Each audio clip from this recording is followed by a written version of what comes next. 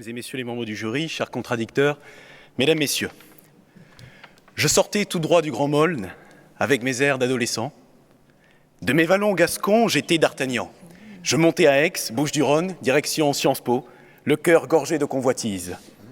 Je laissais dans mon patelin l'initiatrice quadragénaire qui m'avait enseigné les vertiges de la clandestinité, ainsi qu'une bachelière mini-jupée qui prétendait me couper les ailes avec le sécateur d'un concubinage prématuré. J'avais envie d'aimer la folie des muses à la Byron, de me damner pour elles, de les oublier dans l'alcool, la philosophie et les voyages. Du trop, il n'était point question, il n'y en avait jamais assez. Elle serait inaccessible, puis soumise. C'était le militantisme amoureux typique de l'anard de droite que j'étais. Du trop, encore du trop et toujours du trop. En face de mes excès, mon camarade de gauche avait sa copine, avec laquelle il nouait des relations de complicité. Ils se mirent en ménage, comme on se met en congé maladie, chacun conservant ses propres amis, sa propre carte de crédit. Ils partageaient un loyer et co-géraient un stock d'affectivité. La durable voie du juste milieu, calme et raisonnée. J'étais moins visionnaire. Je pétrissais des égéries avec l'argile de mes idéaux et les installais sur les socles de la féminité. Elles adoraient ça. Peu à peu, ma passion du multiple s'est entichée de l'une mirifique. Comme tous les hommes de droite depuis 20 ans, je me gauchisais, je plongeais dans la bien-pensance amoureuse, menottée par les sentiments auprès d'une seule et même créature. Malgré tout, je faisais tout par passion, tout en excès, tout en trop. Telle était la conception du militantisme à la d'Artagnan. Gratter la mandoline sous la fenêtre d'une dulcinée, la saturer de poésie, la subjuguer, l'enlever, l'emmener n'importe où hors du monde, comme prônait Baudelaire. Fou amoureux, trop amoureux. Était-elle si extraordinaire ? N'avais-je pas fréquenté ces dernières années d'autres femmes comme elle, majoritairement enclines à la beauté, à l'absolu ? Je ne le crois pas. Elle était vraiment incomparable. Elle était trop. Dans la pénombre, son profil avait à voir avec celui de certaines femmes peintes par Georges de la Tour. Je la trouvais botticellienne, je la voyais caravagesque, avec en prime une sensualité épurée par le pinceau de Nattier. Nos corps se rejoignaient avec ferveur, fanatiquement, un amour charnel, puissant, douloureux et fort. Un tédéum dans une cathédrale plutôt qu'une messe basse dans une chapelle romane. Nous étions scellés par un accord gémellaire, une relation nourrie d'excès, nourrie d'un trop absolu.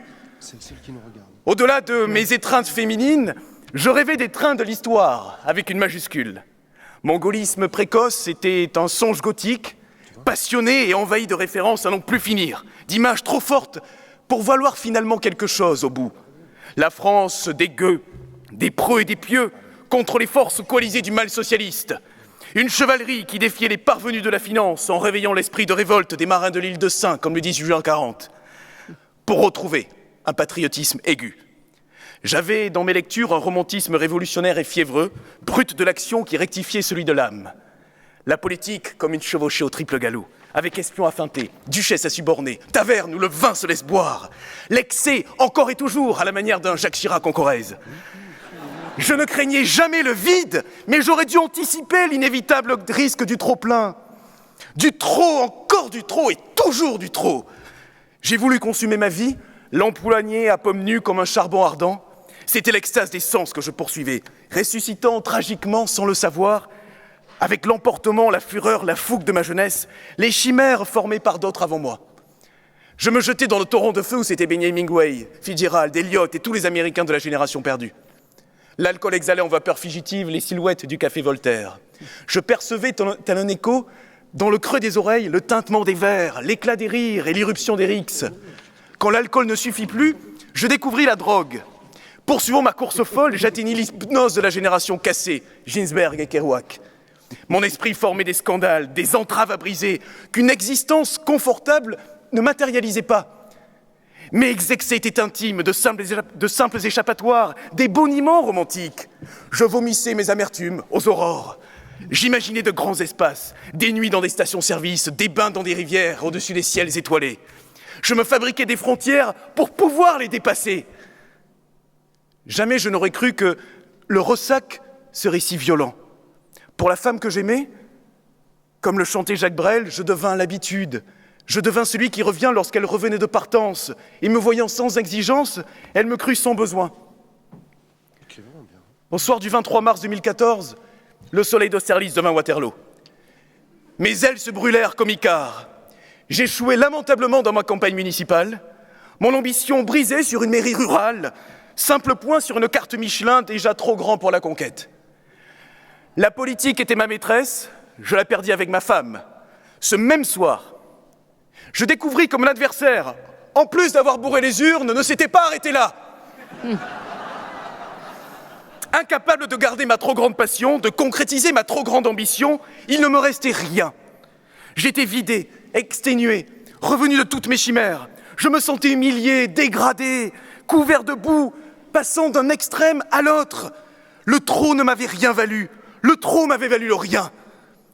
J'étais saisi du même vertige que Trajan, abandonnant ses rêves de grandeur, ses rêves d'Orient. À peine arrivé à Charax, raconte Marguerite Yourcenar, l'empereur las était allé s'asseoir sur la grève face aux eaux lourdes du golfe Persique. C'était encore l'époque où il ne doutait pas de la victoire. Mais pour la première fois, l'immensité du monde l'accabla et le sentiment de l'âge est celui des limites qui nous enserrent tous. Le chef qui avait porté des aigles romaines sur des rivages inexplorés jusque-là comprit qu'il ne s'embarquerait jamais sur cette mer tant rêvée. L'Inde, la Bactriane, tout cet obscur Orient dont il s'était grisé à distance, resterait pour lui des noms et des songes. Des noms et des songes. Des noms et des songes que ces conquêtes multipliées. Des noms et des songes que ces amours fougueux, fusionnels et fulgurants.